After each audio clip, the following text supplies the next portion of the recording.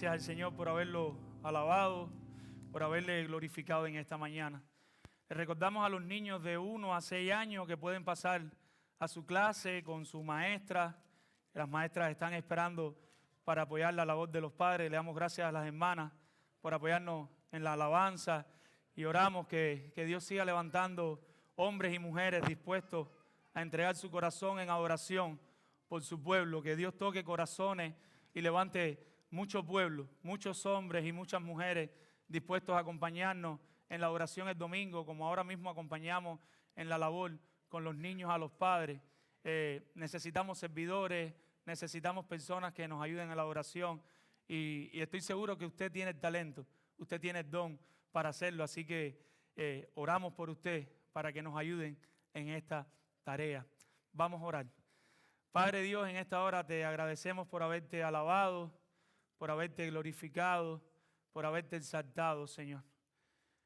Padre, te pedimos que seas tú ayudando a tu pueblo a entregarte la mejor adoración, Señor. Que seas tú ayudando a tu pueblo a que podamos ser verdaderos adoradores en espíritu y en verdad.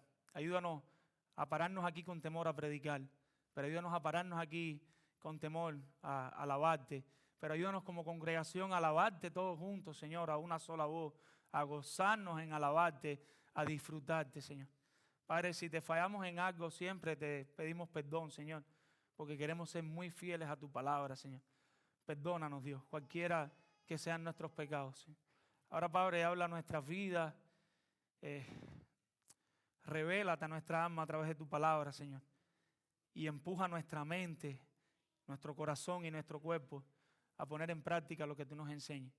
Que la palabra tuya no regrese vacía, que la palabra tuya no sea un espejo que ignoramos, Señor, que la palabra tuya no sea una brújula que guardamos en una gaveta, Señor, sino que seamos muy obedientes a tu llamado en esta tarde.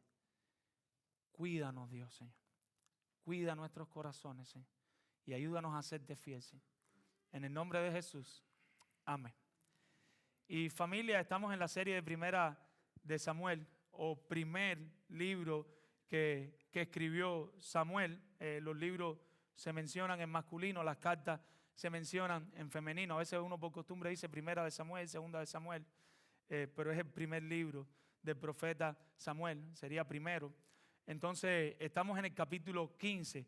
Estamos tratando de hacer una serie expositiva, consecutiva, pero consecutiva en el sentido de la idea.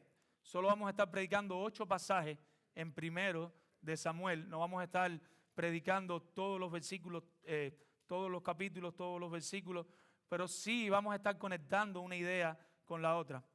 Entendemos que en la historia de la redención, aquí en este libro, se nos muestra con claridad una idea y vamos a estar siguiendo esa idea durante todo el tiempo que dure esta serie de 8 predicaciones. Hoy estamos en Primera de Samuel, capítulo 15. Y van a ver al final que todo está conectado con la ayuda del Señor. Quisiera hacerle una pregunta en esta tarde. Quisiera hacerle una pregunta y la pregunta es, ¿por qué las personas no obedecen a Dios? Y quisiera que usted se haga esa pregunta. ¿Por qué las personas no obedecen a Dios? Hay una palabra que los reformadores del siglo XVI acuñaron y es la palabra perspicuidad. Perspicuidad.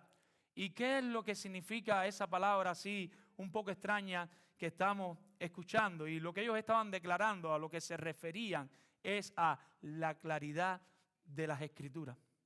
Con otras palabras, lo que los reformadores estaban diciendo es que las Escrituras son claras. La Biblia es clara. La Biblia está escrita en un lenguaje llano, literal, al cual todos nosotros, más allá de nuestra preparación académica, más allá de la edad que tengamos, del sexo, podemos acercarnos a la palabra del Señor y estudiar la palabra del Señor. Y ahora usted dirá, pero bueno, pastor, la Biblia tiene pasajes difíciles de entender. Y es cierto, pero hay un principio que ayuda mucho y es que nosotros podemos acercarnos a los pasajes oscuros, a los pasajes difíciles, buscando claridad en los pasajes claros. O sea, pasajes oscuros, ¿cómo se aclaran? Con otras partes de la Escritura que están claras. también por la gracia de Dios el Señor le ha dado pastores, maestros a la iglesia, a los cuales podemos acercar para que nos enseñen. Si no, Dios no le hubiera dado pastores a la iglesia. Pero en su sentido general, la Biblia es una literatura clara.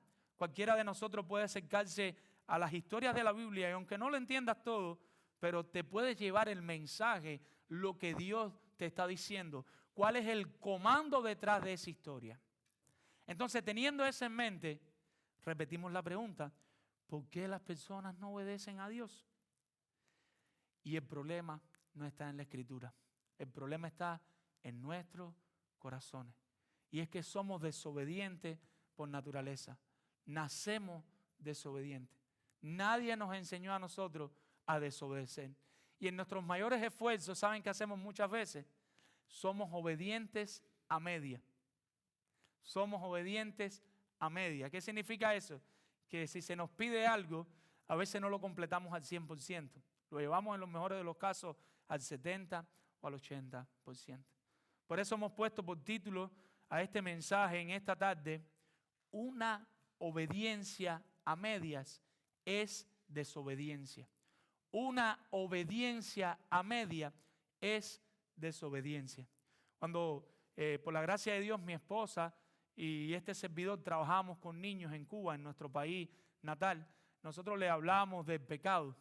Y cuando uno le habla del pecado, uno trata de ilustrárselo. ¿Qué es el pecado? Y uno trata de enseñarle todo aquello que a Dios no le agrada. ¿Qué cosa es? Pecado. Pero también le enseñamos el saber hacer lo que a Dios le agrada y no hacerlo. Eso también es pecado. El no obedecer a Dios también es pecado. El conocer los mandatos de Dios, lo que Dios demanda de nosotros y no hacerlo, es pecado. Pero el hacerlo a media, el quedarnos en la mitad del camino, también es pecado. La desobediencia es pecado. Amados hermanos, la desobediencia nos descalifica ante Dios. La desobediencia nos descalifica ante Dios. La desobediencia no es algo con lo que nosotros podemos jugar. La desobediencia no debería ser algo que esté en nuestra mente para salir de nuestro corazón, como esto es una opción más. Opción A, soy obediente, pero tengo la opción B, puedo ser desobediente. La desobediencia nunca debería estar en nuestro fondo de pantalla. Nunca debería estar en nuestra mente. ¿Por qué? Porque la desobediencia nos descalifica ante Dios. Por lo tanto, en nuestro primer punto del sermón hoy a la luz de este texto es: obedezcamos las órdenes de Dios. Escuche bien, obedezcamos las órdenes de Dios. Y para esto vamos a estar utilizando los versículos del 1 al 9. Vamos a leer la palabra del Señor. Versículos del 1 al 9, primero de Samuel capítulo 15. Después Samuel dijo a Saúl: Jehová me envió a que te ungiese por rey sobre su pueblo Israel. Ahora, pues, está atento a las palabras de Jehová. Así ha dicho Jehová de los ejércitos: yo castigaré lo que hizo Amalec a Israel al oponérsele en el camino cuando subía de Egipto. Ve, pues, y hiere a Amalec y destruye todo lo que tiene y no te apiades de él. Mata a hombres, mujeres, niños y aún los de pecho, vacas, ovejas, camellos y asnos, que lo matara todo. Saúl pues convocó al pueblo y les pasó revista en Telaín 200,000 de a pie y 10,000 hombres de Judá. Y viniendo Saúl a la ciudad de Amalec, puso emboscada en el valle y dijo Saúl a los ceneos: idos, apartaos y salid de entre los de Amalec, para que no os destruya juntamente con ellos, porque vosotros mostraste misericordia a todos los hijos de Israel. Cuando subían de Egipto y se apartaron los ceneos de entre los hijos de Amalec, y Saúl derrotó a los amalecitas desde Avila hasta llegar a Shur, que está al oriente de Egipto, y tomó vivo a Agag, rey de Amalec, pero a todo el pueblo mató a filo de espada. Y Saúl y el pueblo perdonaron a Agag y a lo mejor de las ovejas y del ganado mayor, de los animales engordados, de los carneros y de todo lo bueno. No lo quisieron destruir, mas todo lo que era vil y despreciable destruyeron. Y nuestro punto es: obedezcamos las órdenes de Dios. Hay un libro que lo hemos recomendado en varias ocasiones. A nosotros nos hizo mucho bien a nuestra alma como padre, y lo volvemos a recomendar una vez más, y es Pastoreando el corazón de tu hijo, de Ted Tree. Los que son padres, si lo pueden adquirir, Pastoreando el corazón de tu hijo, de Ted Tree. Y en este libro Ted Tree enseña o nos enseña 3 maneras en las cuales se debe mostrar la obediencia. O sea, cuando tú estás trabajando con tu hijo, tú estás disciplinándolo por un pecado que él cometió, porque él transgredió la ley de Dios, él desobedeció. Tú entras a un lugar con él, tú vas a su corazón, tú atiendes su corazón, tú quieres saber su pecado, pero tienes que enseñarle a tu hijo en algún momento que, ¿por qué desobedeció? Porque la obediencia es inmediata. ¿Qué significa inmediata? En el momento que tú le das un comando, tu hijo debería obedecer. La obediencia es sin excusa. La obediencia se pone en práctica. O sea, tú le dices a tu hijo algo y él no debe, pero papá esto, pero papá lo otro, pero papá lo otro. Y en el libro el autor nos enseña, y todo de manera bíblica, él lo cita con textos de la Biblia, que la obediencia debe ser sin queja. Porque también está el caso de que tu papá te dice: hijo, y quizás le pasó a mucho hoy, vaya y arregle su cama. Y usted va a veces y dice: ahora arreglar la cama, este es papá mío. Él nunca tuvo mi edad, él no sabe lo que es ahí. Y obedeciste, pero ¿cómo fuiste obedeciendo? Lleno de quejas, lleno de murmuración. Ninguno de estos casos, o sea, si se hacen de la manera correcta, no son obediencia. La obediencia es inmediata, la obediencia es sin excusa y la obediencia es sin queja. Y me atrevería a añadirle algo a Ted Tree, y es que la obediencia debe ser completa. La obediencia debe ser completa desde el principio y debe ser llevada hasta el final. Y quiero que nos centremos en esto en este momento. Una obediencia completa.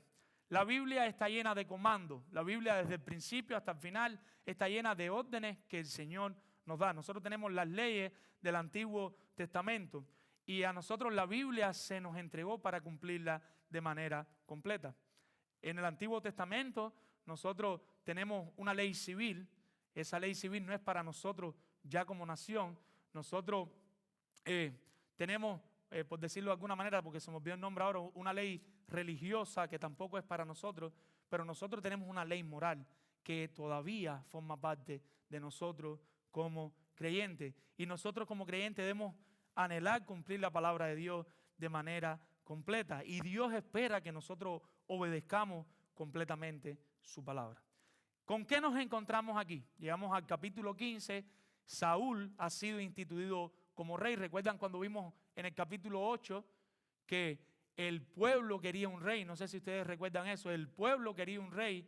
Ellos ya tenían un rey, que su rey era Dios. Ellos tenían una teocracia, pero aún así ellos querían un rey. Y Dios le dice a Samuel: ellos quieren rey, ponle rey. Pusieron rey a Saúl y ungieron a Saúl. Ahora, después de esto, durante todo ese trayecto, Saúl había tenido algunas victorias, Saúl había tenido algún éxito, y de alguna manera Saúl había estado trabajando de manera independiente. Y él había sido ungido como rey, pero no necesariamente le estaba obedeciendo las órdenes de Dios, sino que él decía: ataquemos a tal pueblo, y iban y lo atacaban; vayamos a tal lugar, y iban y lo hacían. Después vamos a ver algunas cosas que pasaron en el camino, pero llegamos al capítulo 15 y ahora Saúl es probado. Ahora Dios le manda una orden a Saúl a través del profeta Samuel y le dice: ¿cuál es la orden que él le manda? Ahí lo tenemos en los primeros versículos, después que él es puesto como rey. Versículo 2: así ha dicho Jehová de los ejércitos: yo castigaré lo que hizo Amalec a Israel al oponerse en el camino cuando subía de Egipto. Ves pues y hiera a Amalec y destruye todo lo que tiene, y no te apiades de él, y mátalo todo. Dios le da un comando, y el comando era exterminar completamente a los amalecitas. Ellos debían exterminar completamente a los amalecitas. ¿Qué hizo Saúl? Saúl comenzó de una manera obediente. Usted puede leer en su texto cómo empezó a reunir a las personas. Si mal no recuerdo, llegó a reunir más de 210,000 personas. Reunió un ejército, salió a la batalla, preparó una emboscada como en otras ocasiones ya habían hecho en la guerra. Parece que recordó esa estrategia del pueblo de Israel y preparó la emboscada. Salieron a pelear y comenzaron una victoria tan grande en los amalecitas que casi llegaron a Egipto, donde se acababa el territorio de Amalec. Ellos están allí, ellos van, vencen a los amalecitas. Pero ¿dónde está el problema?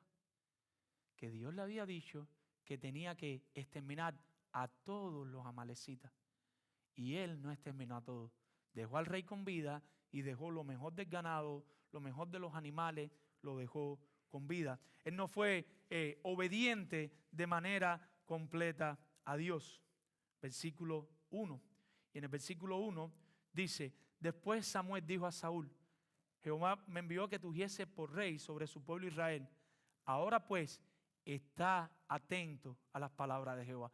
Esa palabra está atento en hebreo es la palabra chamá y tiene que ver con escucha de manera atenta, pero dispuesto a obedecer. Lo que te voy a decir ahora, Saúl, no es decirlo por decirlo, no es para endulzar tu oído, es porque tienes que obedecer lo que te vamos a dar. Lo que te estoy diciendo es de parte de Dios y requiere tu obediencia. Y como ya lo había dicho, Saúl estaba un poquito independiente. Saúl estaba llevando su reinado como él entendía que se debía llevar. Pero si usted va al capítulo 13, del versículo 5 al 14, no tiene que ir ahora, en su casa lo puede anotar y hacer. Pero en el capítulo 13, versículo del 5 al 14, usted va a ver una historia donde ahora Saúl está perdiendo con los filisteos. Él sale al encuentro a pelear con los filisteos y está perdiendo, no está ganando. Pero ¿qué le pasa? Que de pronto las personas están desertando. Los que ya quedaban con él en el ejército empiezan a desertar.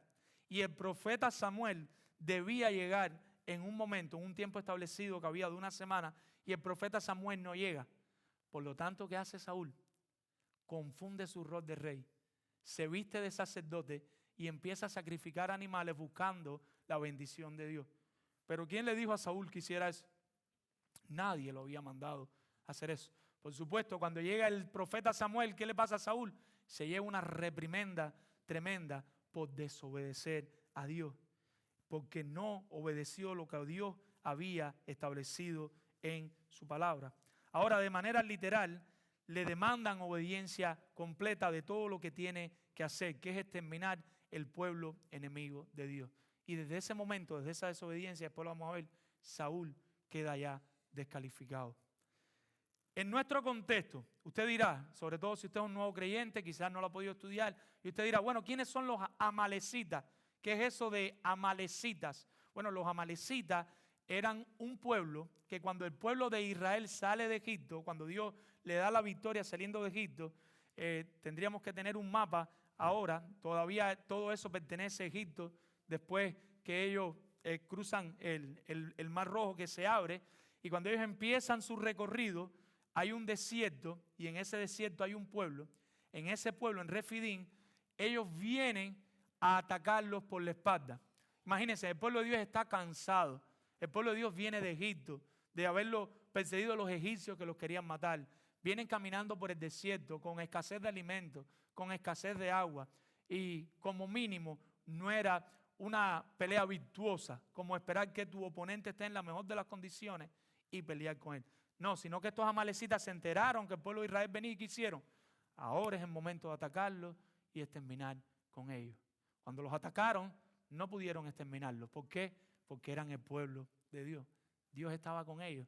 Y la historia usted la conoce, recuerda a Moisés, y Moisés está ahí con Aarón aguantándole un brazo, y está Ur tomándole el otro brazo, y Josué está abajo con el ejército peleando. Y ustedes se recuerdan cuando a Moisés se le acababa la fuerza y bajaba los brazos, el pueblo de Dios estaba perdiendo, pero cuando ellos le levantaban los brazos, el pueblo de Dios comenzaba a ganar y Dios le dio la victoria ese día sobre los amalecitas. Ellos se constituyen en enemigos de Dios y más adelante en Deuteronomio, esta historia la puede ver, lo puede anotar en Éxodo 17 del 8 al 14, Éxodo 17, los que anotan del 8 al 14, pero después más adelante en Deuteronomio 25, versículos del 17 al 19, entre los mandatos que estaban recibiendo, Dios está dándole varios mandatos al pueblo de Dios ahí en Deuteronomio para que supieran cómo conducirse en cada situación, en los negocios, en la vida, en el templo. Él le está dando diferentes comandos para que sepan con claridad cómo actuar. Y entre todos esos comandos le da uno claro en Deuteronomio 25 y es: cuando ya ustedes estén tranquilos en la tierra que yo les voy a dar, en la tierra que yo les voy a entregar, deben exterminar al pueblo de Israel. Ya ha pasado tiempo, ya Israel está establecido en Israel, ahora Israel tiene un rey. ¿Qué se supone que debe hacer ese rey? Obedecer lo que estaba en la palabra de Dios. El rey quizás no se acordaba, Dios le envía un profeta, el profeta Samuel, y le dice: recuerda, a este pueblo hay que exterminarlo, y hay que exterminarlo de manera completa. Saúl obedeció, pero fue una obediencia a media, no fue una obediencia completa. Saúl no exterminó al rey del pueblo, y al no exterminar a una persona ya se estaba constituyendo en desobediencia completa. Pero Saúl no exterminó a todo el ganado, como se le había dicho, y a todos los animales que él tenía que exterminar. Nosotros no sabemos la causa por la cual Saúl hizo esto. Algunos dicen que quizás fue una causa política, pensando en algo estratégico: tengo el rey, quizás más adelante esto me pueda ayudar. Otros piensan que quizás fue vanagloria. Cuando tú cogías a alguien preso, lo trasladabas y todo el mundo veía, y entonces viene Saúl con su ejército y mira, aquí tenemos al rey de los amalecitas, los vencimos. ¿Quién es el mejor rey? Saúl. Y el pueblo: ¿quién es el mejor rey? Saúl. Pero no lo sabemos. Pudiera ser una cuestión de avaricia, y sospecho que puede venir la cosa por aquí. ¿Por qué? Porque quería quizás sacar algo de ese ganado que habían conquistado. Pero sea cual sea su motivación, no hubo una obediencia completa a lo que Dios le pedía. Puede ser una cosa, puede ser la otra, pero lo cierto es que no obedeció completamente el comando de Dios. Hay un libro que nos hemos estudiado en la escuela de siervos, un libro maravilloso, La Santidad de Dios, de R.C. Sproul. Usted lo puede buscar. Yo no sé inglés, caballero, estoy haciendo un esfuerzo. Usted lo puede buscar después. Ese libro de Sproul o de Sproul lo puede buscar. Se llama La Santidad de Dios. Y de todo el libro, esta ilustración fue la que más golpeó mi corazón. Porque nosotros nos creemos que somos mejores que Dios. Nosotros nos creemos que tenemos un corazón más puro que Dios. Nosotros nos creemos que tenemos una mente mejor que la de Dios. Lo que no lo queremos reconocer. No es que usted sale por ahí diciendo: yo soy mejor que Dios. Pero en el corazón a veces pensamos así. Y me incluyo. He pecado contra mi Dios en muchas maneras y en muchos sentidos. Y en el libro, él habla de una persona, y es otra historia conocida por los que llevan más tiempo en el cristianismo. Y es la historia de Usa y el arca de Dios. Usa y el arca de Dios. El arca de Dios ya había sido entregada al pueblo de Dios. David va a buscarla con Usa y con otro hermano más. Ellos tienen que traer el arca, pero toman el arca, la ponen arriba de una carreta de bueyes, y va uno adelante manejando los bueyes y va al otro atrás. A Usa le tocó atrás. En algún momento la carreta se mueve, el arca se va a caer a la tierra, y Usa pone su mano para aguantar el arca y que el arca no caiga en tierra. Inminentemente Usa perdió la vida. Usa perdió la vida. Pero usted pensará: wow, pero ¿por qué perdió la vida si era algo bueno lo que él quería hacer? Bueno, Dios había establecido que había un pueblo entre los levitas. Usa era de los levitas, pero entre los levitas habían diferentes grupos. Y había un grupo que eran los coatitas. Los coatitas eran los que tenían que dedicarse a todo el uso y transportación de las cosas religiosas, incluyendo el arca de Dios. Los únicos que podían tocar el arca de Dios eran los coatitas. Otro detalle es que el arca de Dios tenía 4 anillas metálicas en cada esquina, por la que se pasaba una barra de madera. Yo digo un palo. ¿Saben lo que es un palo? Una barra de madera. Se pasa el palo y debía ser llevada por los coatitas encima del hombro. Ninguna de estas cosas se cumplió. Pero aún no les he dicho nada. ¿Qué es lo que pasa? Usa podía haber estado pensando en querer evitar que el arca caiga al suelo. Pero, amados hermanos, a los ojos de Dios no era el suelo el que iba a profanar lo sagrado. El suelo no es más que tierra y agua mezclada que se puede volver fango. Pero el fango no tiene pecado. El fango fue creado por Dios. No hay nada malo en el fango. ¿Y qué es lo que les estoy tratando de decir? El barro obedece a Dios. Lo que no estaba permitido era tocar el arca de Dios con manos humanas, Ni aún los coatitas podían hacerlo. Ellos tenían que llegar, poner esa barra, cargarla, pero nadie estaba autorizado para tocar el arca de Dios. Cuando el arca era recogida, debía ser llevada al lugar santísimo, recuerdan después, y solo podía entrar el sacerdote una vez al año. No era que se podía hacer cualquier cosa con el arca. Ahora, mirando todo este cuadro, uno piensa, aún así, Usa pensó que su mano era más limpia que el suelo. Aunque su intención era buena, sin querer, lo que él estaba diciendo es: yo estoy más limpio que el suelo, yo puedo tocar el arca. Aun cuando sus motivaciones eran buenas, cuando sus deseos e intenciones eran buenas, iban en contra de lo que Dios había establecido en su palabra. Y espero que ya el Espíritu Santo esté trabajando en sus corazones en este momento. Hermano, Usa olvidó eso y lo pagó con su vida. Hermano, Saúl pecó, pero de presunción y arrogancia, al desobedecer a Dios, creyendo que él le hacía un favor a Dios. Ahora Saúl cree que le está ayudando a Dios. Dejé al rey y tengo los animales para sacrificarlo. Saúl no obedeció de manera completa. Él pensó que él era mejor que Dios. Porque cuando tú no obedeces un comando de Dios o lo haces a tu manera, tú estás pensando que tú eres mejor que Dios. Pero tenemos una buena noticia. Y la buena noticia es que, a diferencia de Saúl, Cristo sí obedeció de manera completa. Y fue tan obediente que murió la muerte de cruz hasta el final. Fue tan obediente que bebió de la ira de Dios hasta la última gota de la ira de Dios. Por eso tú y yo hoy podemos ser declarados justos, porque nosotros somos tan pecadores como Saúl y nosotros somos tan pecadores como Usa. Y si Cristo no hubiera muerto por nuestros pecados y no hubiera bebido de la ira de Dios de manera completa, nosotros, por pecadores, íbamos a sufrir un día en el infierno completamente la ira de Dios. Pero gracias a Dios por Cristo, que sí fue obediente de manera completa. Cristo hizo las cosas a la manera de Dios. No buscó fama, no buscó aplauso, no buscó beneficio propio, no utilizó estrategia o marketing. Cristo solo fue obediente. Pensemos en la palabra pecado. ¿Qué merece el pecado? La muerte. Adán y Eva pecaron. Y la advertencia que se les hizo fue: porque el día que de él comieres, ciertamente morirás. Adán y Eva tenían la advertencia de parte de Dios de que no podían comer. Si comían, pecaban. Si pecaban, morían. Ese es el orden. Y una vez más les repito, Usa pecó. ¿Qué le pasó? Murió. Los amalecitas pecaron. Por eso merecían la muerte. Porque quizás usted se pregunta, ¿pero por qué murieron? ¿Por qué los mataron a todos?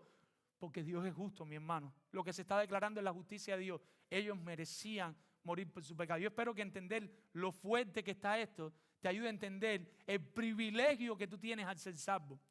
Yo espero que tú, al entender esta verdad teológica, te des cuenta del verdadero sentido de la salvación en tu vida. Saúl, al desobedecer a Dios, ¿qué merecía? La muerte. Y aún así, en ese momento instantáneo, por la misericordia de Dios, que es regalo no merecido, Saúl no muere al momento. Saúl no muere al momento. Ahora, mi hermano, Cristo no pecó.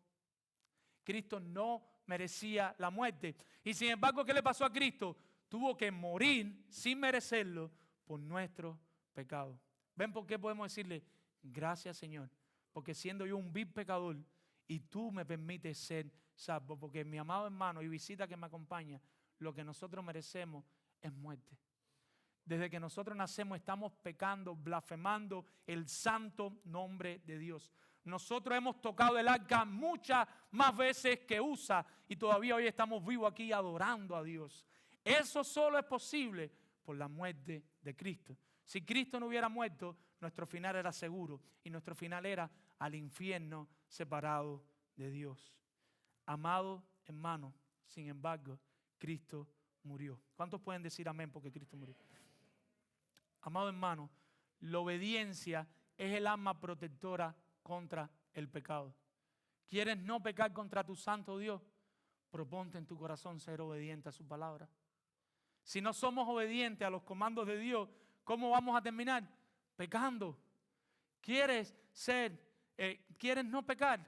Obedece la palabra de Dios. Y para esto vas a tener que pasar tiempo con la palabra de Dios. Dios le habló a Saúl por un profeta. ¿Y qué le habló? La palabra de Dios. Dios hoy nos habla directamente, somos privilegiados por su palabra. ¿Qué tienes que hacer? Pasar tiempo con la palabra. Y te tengo que preguntar una y mil veces, ¿qué tiempo has pasado en esta semana con la palabra de Dios? Te tengo que preguntar, ¿qué tiempo llevas de convertido? Y si tú me dices, llevo 2 años, te tengo que preguntar, ¿no has leído la Biblia entera aunque sea una vez?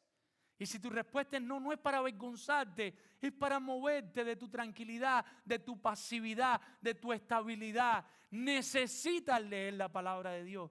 Pero si llevas más de 1, de 2 años, te pregunto, no solo la estás leyendo, te pregunto, ¿estás estudiando, estás escudriñando la palabra de Dios? Y si tu respuesta es sí, lo estoy haciendo, gloria a Dios. Pero si tu respuesta es no, oro que Dios nos mueva a todos, incluyéndome a mí, a Pastor Mario, a todos, a cada día, tener ese anhelo de leer y de estudiar la palabra de Dios. Mi hermano, ¿cuántas veces no te has encontrado viendo YouTube, viendo TikTok o viendo cosas? Imagínate que en vez de eso tuvieras pequeños versículos que tú pasaras y apareciera otro y pasara y apareciera otro. ¿Cuánto más no conoceríamos de la palabra de Dios? Porque si no conocemos de la palabra de Dios, no vamos a obedecer, porque no podemos obedecer lo que no conocemos. Recuerda, una obediencia media es desobediencia. Que ni la fama, ni el reconocimiento, ni las estrategias, que nada nos mueva a hacerle desobediente a Dios. Y siempre viene a la mente, ahora estoy pensando en los jóvenes que nos acompañan, los jóvenes, las jovencitas que nos acompañan, no caigan en la presión de grupo.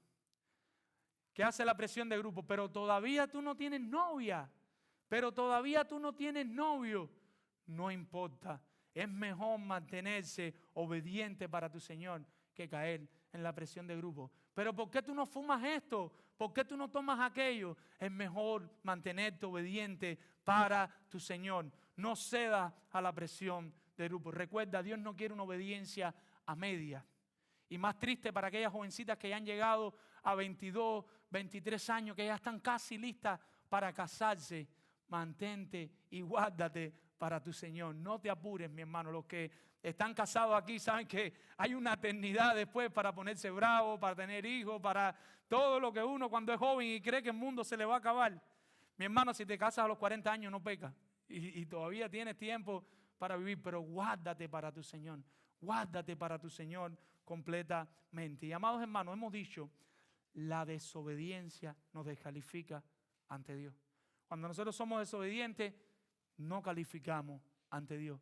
No calificamos ante Dios. Y dijimos, el primer punto fue, entonces, ¿qué vamos a hacer? ¿Nos quedamos así? Pues no, nuestro primer punto, obedezcamos las órdenes de Dios. Si Dios nos da sus comandos, ¿qué debemos hacer? Obedecer la palabra del Señor. La palabra de Dios está para obedecerla. Para obedecerla. Pero nuestro segundo punto es, reconozcamos nuestra falla. Reconozcamos nuestra falla. Podemos fallar en la obediencia a la palabra de Dios, pero cuando fallemos, ¿qué debemos hacer? Pues reconocer que hemos fallado y pedirle perdón a Dios. Nuestra tendencia natural por nuestro pecado es justificarnos. Cuando alguien detecta una falla en nosotros y nos las trae, ya sea nuestra esposa, a mí me pasa y tengo que pedirle perdón a mi esposa. Mi esposa me señala y mi tendencia natural no es decirle, sí, mi amor, tenías la razón. Empiezo a buscar argumentos, a buscar cosas para contrarrestar lo que ella, que me conoce bien, está viendo en mí. Quizás a usted le pase también con su esposo, con su esposa o hasta con los hijos. A veces los hijos nos sorprenden viendo cosas. Mami, papi, te enojaste. Y tú dices, pero no, me enojé porque el sol hoy salió. No, te enojaste. Pídele perdón. Perdón, mi hijo, me acabo de airar. Acabo de pecar contra el cielo y acabo de pecar contra ti. Esas palabras, sí, tienes razón, no tienden a salir de nuestra boca fácilmente. Piensen cuando alguien nos dice algo, si nosotros decimos así de manera natural, sí, tienes razón. Vamos a ver la historia. Segundo punto, versículo de 10 al 21, les leo la palabra del Señor. Y vino palabra de Jehová a Samuel diciendo: me pesa haber puesto por rey a Saúl, porque se ha vuelto en pos de mí y no ha cumplido mis palabras. Y se apesadumbró Samuel y clamó a Jehová toda aquella noche. Madrugó luego Samuel para ir a encontrar a Saúl por la mañana, y fue dado aviso a Samuel diciendo: Saúl ha venido a Carmel. Y he aquí se levantó un monumento y dio la vuelta y pasó adelante y descendió a Gilgal. Vino pues Samuel a Saúl, y Saúl le dijo: bendito seas tú de Jehová, yo he cumplido la palabra de Jehová. Samuel entonces dijo: pues qué balido de ovejas y bramidos de vaca es este que yo oigo con mis oídos. Y Saúl respondió: de Amalek los han traído porque el pueblo perdonó lo mejor de las ovejas y de las vacas para sacrificarlas a Jehová tu Dios, pero lo demás lo destruimos. Entonces dijo Samuel a Saúl: déjame declararte lo que Jehová me ha dicho esta noche. Y él le respondió: di. Y dijo Samuel: aunque eras pequeño en tus propios ojos, no has sido, es una pregunta, interrogación, no has sido hecho jefe de las tribus de Israel, y Jehová te ha ungido por rey sobre Israel. Y Jehová te envió en misión y dijo: ve, destruye a los pecadores de Amalek y hazle guerra hasta que los acabe. Vuelva a repetir el comando, atienda bien. Pregunta de nuevo: ¿por qué pues no has oído la voz de Jehová, sino que vuelto al botín has hecho lo malo ante los ojos de Jehová? Y Saúl respondió a Samuel: escuche bien, mi hermano, antes bien he obedecido la voz de Jehová y fui a la misión que Jehová me envió, y he traído a Agag, rey de Amalek, y mira, Samuel, y he destruido a los amalecitas. Mas el pueblo tomó del botín ovejas y vacas, las primicias del anatema. Pero escucha, Samuel, para ofrecer sacrificio a Jehová tu Dios en Gilgal. No sé si ven la ironía del pasaje, si empiezan a notar lo que está sucediendo. Dios le vuelve a dirigir la palabra a Samuel, donde le informa cuánto lamenta la actitud de Saúl. Cuánto lamenta que Saúl se alejó de él y no le obedece. Con esta noticia, Samuel quedó tan afectado que dice que estuvo la noche entera orando. Estuvo la noche entera clamando a Dios con lo afectado que él estaba por el pecado de Saúl. Samuel sale a buscarlo y llega a Carmel y no lo halla. Lo que hay es una estatua. Saúl se había hecho una estatua. Dicen que posiblemente haya sido una mano, que era lo que se acostumbraba a hacer. Pero el hombre tuvo tiempo de llegar a Carmel y de hacerse una estatua en honor a lo que él había hecho. Entonces Samuel llega a Gilgal y allí lo encontró. Y el saludo de Saúl, nota el texto, el saludo de Saúl, sin aún Samuel haberle dicho nada, fue: yo he cumplido la palabra de Jehová. Y yo digo entre mí, ¿pero quién le preguntó? Pero él ya se presenta así como quien tiene que justificarse. Mira, no, yo he cumplido la palabra de Jehová. ¿Qué es lo que está haciendo Saúl ya? Sin empezar la conversación, justificándose. Él se está justificando. Samuel escucha el sonido de los animales, los que son del campo, los que han visto películas, saben cuando el cerdo hace su sonido, la vaca, la gallina, y ya me imagino que Samuel dice: pero ven acá, esto es una granja. Saúl se metió ahora a trabajar en la agricultura, ¿o qué es lo que está haciendo Saúl en este momento? ¿Y qué es lo que hace Saúl? Note bien, es muy sutil, pero note lo que hace Saúl. Saúl le echa la culpa al pueblo y se quita él la culpa. ¿Y qué es lo que dice Saúl? Lo trajeron de Amalek y su primera justificación fue culpar a otro. Culpó al pueblo. Pero eso es algo que tú y yo hacemos. Nuestra primera justificación, en vez de reconocer nuestro problema, es: la mujer me dijo, la mujer me dio, el hombre me dijo. Y su segunda justificación, ¿cuál fue? Para sacrificarlo a Jehová tu Dios. O sea, el propósito: sí, fallamos, pero lo hicimos con una buena causa. Ni Usa tuvo tiempo de razonar tanto. Pero él sí, y él pensó, y él dijo: hay que buscar un pretexto para este pecado que estoy cometiendo. Para continuar con su hipocresía, dice: lo demás lo destruimos, y ahora se incluye él. ¿Ve qué ironía? Cuando habla del pueblo, de que pecaron, habla del pueblo. Pero cuando habla de que mataron a todos, dice: lo demás lo matamos. Ahí sí se pone él en la parte buena. En lo malo no, en lo bueno sí. Entonces Samuel le trajo el mensaje de parte de Dios. Aunque eras pequeño, te pusieron por rey. ¿Recuerdan? Capítulo 8, regresamos al capítulo 8 en nuestra mente. Tú no ibas a ser rey. El pueblo pidió un rey y Dios permitió que te pusieran por rey y te ungieron. Pero tú eras pequeño. Tú antes de ser rey, ¿quién eras? Eras una persona más normal, digna en su pueblo, pero tú no eras rey.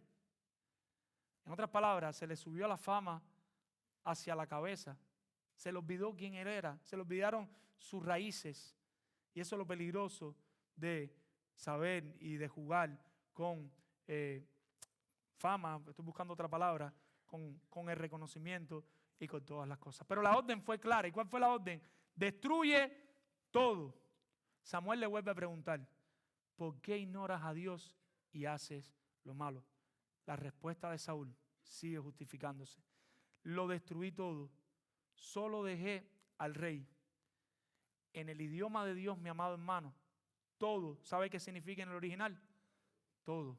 Cuando Dios dice todo, es todo. En este sentido que lo estamos viendo. No quiero confundirlo con otro sentido. Y una vez más, Él vuelve a culpar al pueblo. ¿Y cuál es el problema que tenemos en esta segunda porción, en este segundo punto? Y es que Saúl no reconoce sus pecados y se justifica culpando a otros. Lo que está pasando aquí es un Saúl que constantemente no reconoce, sí, fallé, sino que se está justificando y justificando y justificando. El orgullo de él es tan grande que no ve su falla, no entiende que él era el rey a cargo y todo lo que pasara era su responsabilidad. O sea, cuando él estaba puesto de rey, no era solo para llevar la corona, no era solo para dar órdenes. Si algo salía bien, y siempre va a ser así, es gloria a Dios, pero si algo salía mal, él tenía que responder. El rey tenía que responder, para eso lo habían puesto de rey. Pero ¿qué pasó? Dios había aprobado su obediencia y él sacó a relucir su orgullo. Por lo tanto, Dios se aflige de la actitud de Saúl y lamenta su reinado. Ahora, esto no significa que Dios cambia de plan cada 5 minutos. Porque podemos llegar aquí a este texto y decir, pero ¿qué pasó aquí? Dios lo puso por rey y ahora Dios cambió de idea y Dios no lo quiere de rey. Dios está cambiando de idea cada rato para cerciorarse de eso. En el versículo 29, vayan conmigo al versículo 29, y Dios a través del narrador lo deja claro. Y aún tan claro como lo deja, las personas no lo entienden. Y dice el versículo 29, además, el que es la gloria de Israel no mentirá ni se arrepentirá, porque no es hombre para que se arrepienta. O sea, Dios no anda haciendo cosas y arrepintiéndose al momento. En cuanto al decreto de Dios, Él es inmutable. Lo que Dios ha establecido, Él lo va a cumplir como lo ha establecido. ¿Qué es lo que está pasando aquí?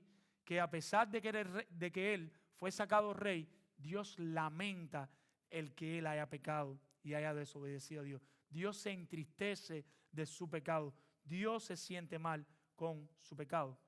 En el capítulo 13 que habíamos mencionado ahorita, Saúl se ve perdido ante los filisteos.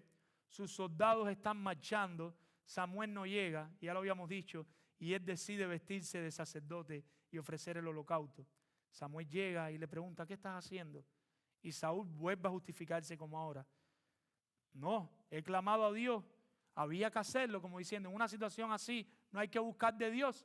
Sí hay que buscar de Dios, pero nadie estableció que tú eras la persona responsable de hacer esta actividad. ¿Por qué lo haces? Muchos años antes de 1 Samuel 15 ya estaba claro que él no sería el rey.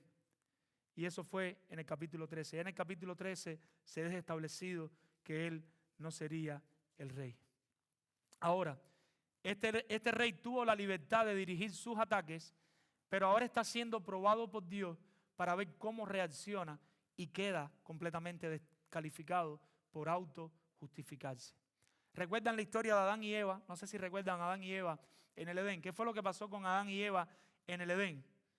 Cuando lo descubren en pecado y le preguntan a Adán como responsable, como la cabeza que debe gobernar su hogar, ¿qué fue lo que hicieron? ¿Qué es lo que hace Adán? La mujer que me diste. Cuando le preguntan a la serpiente, a la mujer, ¿qué dice la mujer? La serpiente me engañó. Desde el origen nosotros no reconocemos nuestro pecado.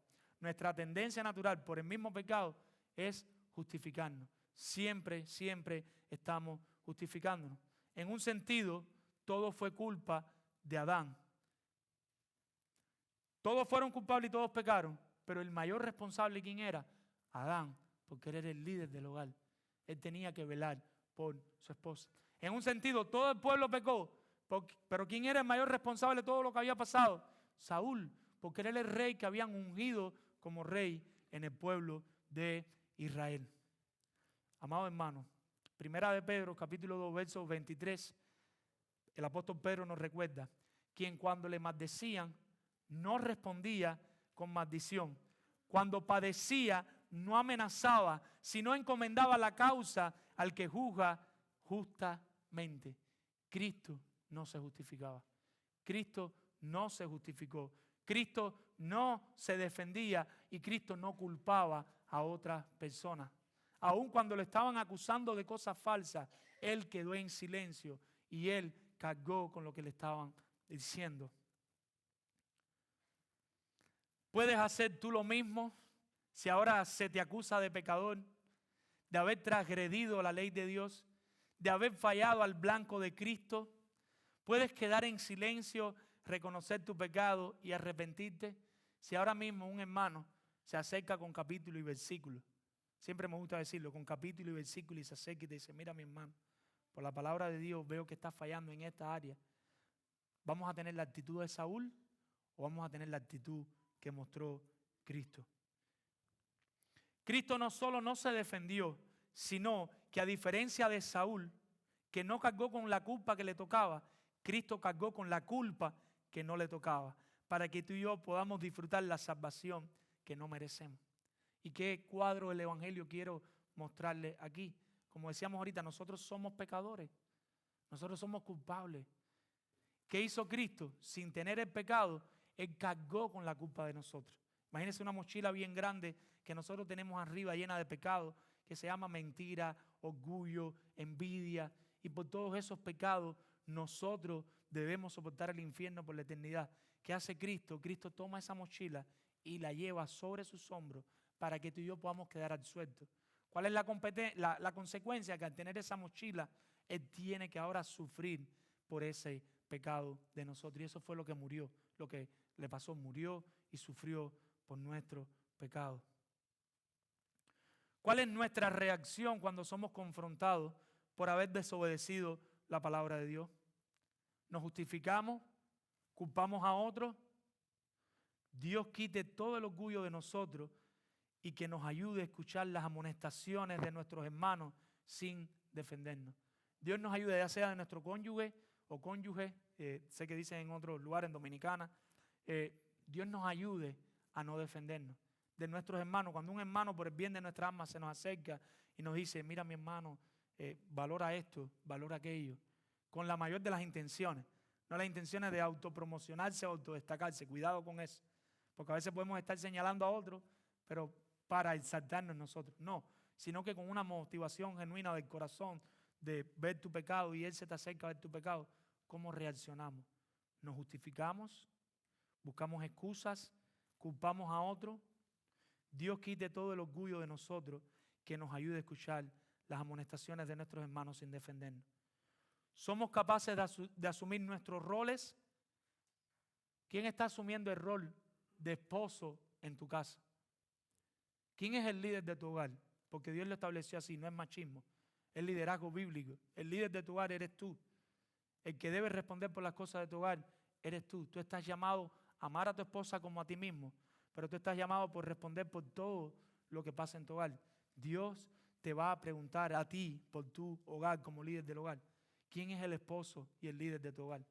¿Quién es la esposa? ¿Estás cumpliendo tu rol de esposa, de una esposa amante que Dios creó para complementar a su esposo, para apoyar su liderazgo, para seguirle en todo lo que él demande que sea para la gloria de Dios? ¿Estás cumpliendo tu rol como madre? ¿Estás cumpliendo tu rol como padre? ¿Estás cumpliendo tu rol como empleado? Saúl tenía que cumplir su rol como rey, pero no lo hizo.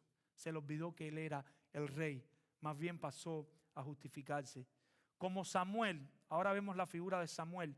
¿Estamos dispuestos a obedecer a Dios yendo a amonestar el pecado? ¿O simplemente vemos el pecado y nos quedamos en silencio como si nada pasara? La desobediencia nos descalifica ante Dios. La desobediencia nos descalifica ante Dios. Por lo tanto, pasemos a nuestro último punto, y es: recordemos la importancia de la obediencia. Recordemos la importancia de la obediencia. Yo no sé si se puede bajar un poquito el aire acondicionado, William. Si lo pueden bajar, este aire y aquel. No sé, ustedes, se siente un poco de calor. Y vamos a leer los versículos 22 y 23. Y Samuel dijo: se complace Jehová tanto en los holocaustos y víctimas como en que se obedezcan a las palabras de Jehová. Ciertamente el obedecer es mejor que los sacrificios y el prestar atención que la grosura de los carneros.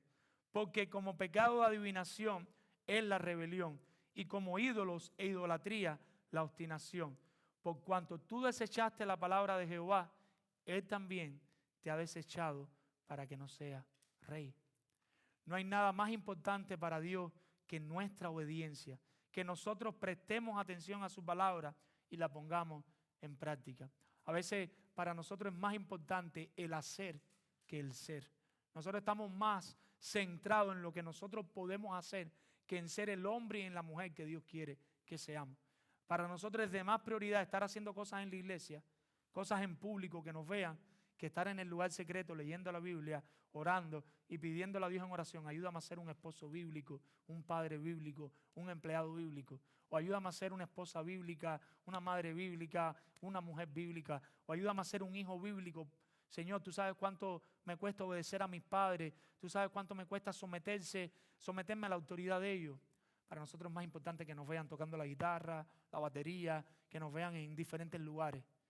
Y no está mal estar en diferentes lugares, pero para Dios es más importante la obediencia que cualquiera de las otras cosas. ¿Y qué es lo que pasa aquí? ¿Qué está pasando? Después de escuchar a Saúl, y Saúl apela y apela al sacrificio por encima de la obediencia, él le deja saber que los dos son importantes para Dios, pero la obediencia es lo más importante. Lea el versículo 22 y 23 y lo puede ver. La situación que tenemos es que recordarle a Saúl el lugar de la obediencia en el plan de Dios. La obediencia en el plan de Dios es lo más importante. El ser rebelde y obstinado solo lo descalificó y lo hizo verse delante de Dios como un idólatra. En el punto que Dios le decía, que Dios le señalaba, y él se justificaba, lo que hizo fue caer en idolatría, pero en idolatría de él mismo, mirándose él como el centro y no mirando a Dios. Y la idolatría se paga con la muerte. ¿Recuerdan los primeros mandamientos que Dios le dio cuando va la ley moral en los 10 mandamientos? ¿Cuántos dioses tendremos?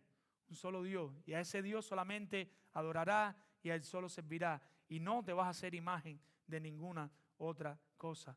Las palabras de Samuel eran fuertes cuando le estaba diciendo a Saúl: tú te has convertido en un idólatra que ha ido en contra de Dios. En la Biblia, los holocaustos era un sacrificio que se ofrecía delante de Dios para que subiera con un olor fragante, acepto delante de Dios. Era el sinónimo de una ofrenda de olor grato para Jehová, que se utilizaba para que los pecados quedaran expiados. Esto era algo santísimo para Dios. Y vemos en la Biblia a Noé, a Abraham y a Moisés ofreciendo este tipo de holocausto. Saúl se le olvidó que esta no era su tarea. Él no había sido llamado para esto. Y se encontraba constantemente justificando, diciendo: es que fuimos a ofrecer holocausto a Dios. Matthew Henry, un comentarista bíblico, dice lo siguiente: se glorifica más Dios y se niega mejor el yo por la obediencia que por el sacrificio. Mucho más fácil es llevar un buey o un cordero para ser quemado sobre el altar que llevar cautivo todo pensamiento altanero a la obediencia de Dios y someter nuestra voluntad a su voluntad. Son ineptos e indignos de gobernar a los hombres los que no están dispuestos a que Dios reine sobre ellos. Si tú no estás dispuesto a que Dios reine sobre tu corazón, a que Dios dirija tu vida por su palabra, tú no estás listo para servir a otros. El que no está dispuesto a obedecer no va a poder guiar a otros.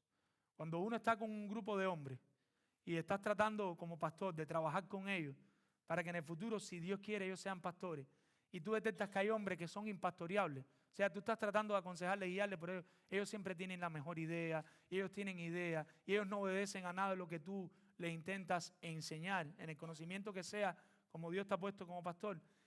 La persona que no está dispuesta a aprender difícilmente va a poder enseñar a otro después. Y automáticamente una persona con ese carácter queda descalificada porque no tiene el carácter de Cristo. Ser obedientes cuesta más que ofrecer sacrificio. Ofrecer sacrificio es fácil. Por eso los hermanos, no son hermanos, perdón. Las personas que profesan tener la religión católica, les es más fácil darse unos latigazos, flagelarse, caminar de rodillas o hacer cualquiera de estas cosas que entregar su vida completamente a Dios. ¿Qué es más fácil? Piense bien. No es más fácil fumarse un tabaco y botar el humo, reunir unas monedas, hacer ciertos sacrificios o coger y tener que entregar tu vida, tus afectos, tus voluntades a Cristo y decirle: aquí está tu esclavo, tú eres mi Señor. Piense para que usted vea que es más fácil, porque a veces la persona dice: pero en tal y en tal iglesia hay tantas personas. Sí, es que es más fácil los sacrificios que todo pensamiento quede cautivo a la voluntad del Señor. Se rinde más uno ante Dios siendo obediente que entregándole toda nuestra vida, que no solamente nuestras buenas acciones. Amado hermano, por la desobediencia Saúl quedó descalificado como rey. Pero ahora tenemos un problema. ¿Y cuál es el problema? Que el pueblo, una vez más, no tiene rey. El pueblo necesitaba un rey. Y todo este libro que estamos viendo, y lo vamos a ver cada capítulo, a lo que nos está apuntando es al rey verdadero. Y ese rey verdadero es Jesucristo.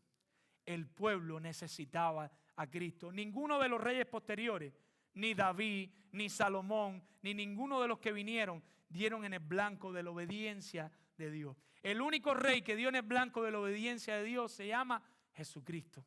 Jesucristo es nuestro rey. Nosotros necesitamos ese rey. No necesitas un héroe humano. No necesitas un héroe fabricado con tus ideas y con tu mente. Necesitas a Cristo en tu corazón. Necesitas a Cristo reinando en tu vida. Y hasta que Cristo no sea el rey de tu vida, nunca vas a ser obediente a Dios. Y usted dirá: ¿por qué me cuesta tanto ser obediente? Y sí, hay una parte de pecado que nos va a costar entregarle la obediencia a Dios. Pero en un sentido tiene que haber una santificación progresiva. Tiene que haber un sentido, aunque sea con pequeñitos pasos, pero año tras año que va pasando y año tras año, nuestra vida se va pareciendo más a la vida de Cristo. No puede pasar que pasan los años y sigue siendo la misma persona viviendo en pecado y que no le interesa pecar contra su Dios. Tiene que haber una medida en la cual tú estás pecando en algo ahora mismo en contra de Dios, pero tú te sientes mal. El Espíritu Santo te hace afligirte y tú vas de rodillas delante de Dios pidiéndole perdón por tus pecados.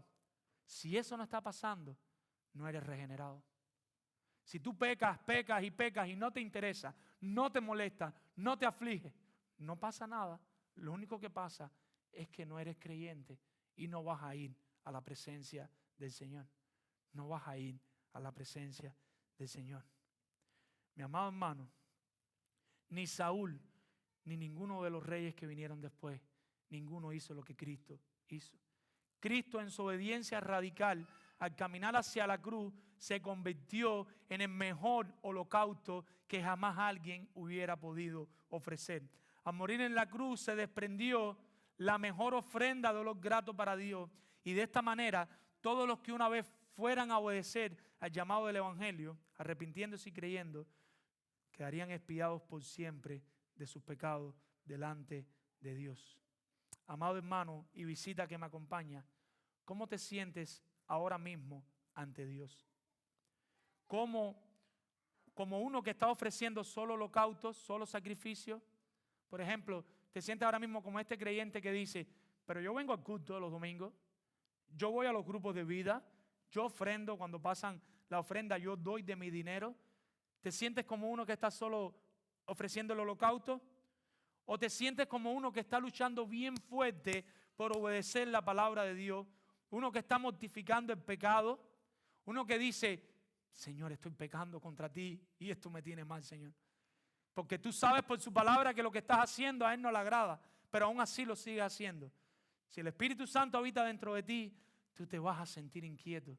Te sientes incómodo, te sientes que estás luchando por cada día ser más santo, por cada día parecerte más a Cristo, estás mortificando el pecado. Te sientes que nos puede pasar a todos que quizás no pudiste tener tu día devocional un día, 2, no lo voy a permitir 3, y te sientes ya que necesitas sentarte con la palabra de Dios, a leer la palabra de Dios, que sea unos versículos y orar y a pasar tiempo con su palabra, o te da lo mismo que pase un día, 2, 4, 5, 2 semanas y no te acercas a la palabra de Dios. ¿Cómo te sientes en tus relaciones interpersonales con tu cónyuge y con tus hermanos? ¿Cómo te sientes? ¿Cómo te sientes? ¿Te sientes que estás obedeciendo a Dios en lo que te puedan expresar a través de ellos? En otras palabras, ¿qué es más importante para ti? ¿Ser o hacer? Cualquier cosa que nosotros hagamos para Dios sin ser la persona que debemos ser, para Dios es como nada. Cualquier cosa que tú estés haciendo, pero sin intentar ser la persona que Dios quiere que tú seas, para Dios significa nada. Porque para Dios es más importante nuestra obediencia. Recordemos siempre la importancia de la obediencia.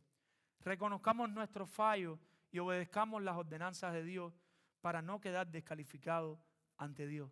Recordemos, una obediencia media es desobediencia. Vamos a orar. Padre, Señor, gracias por tu palabra, Señor. Gracias porque podemos hoy venir delante de ti reconociendo que posiblemente no le estemos obedeciendo todo lo suficiente, Señor. Pero permite que el hecho de estar en esa condición nos deje iguales, Señor. Toca nuestros corazones, muévenos al arrepentimiento, Señor.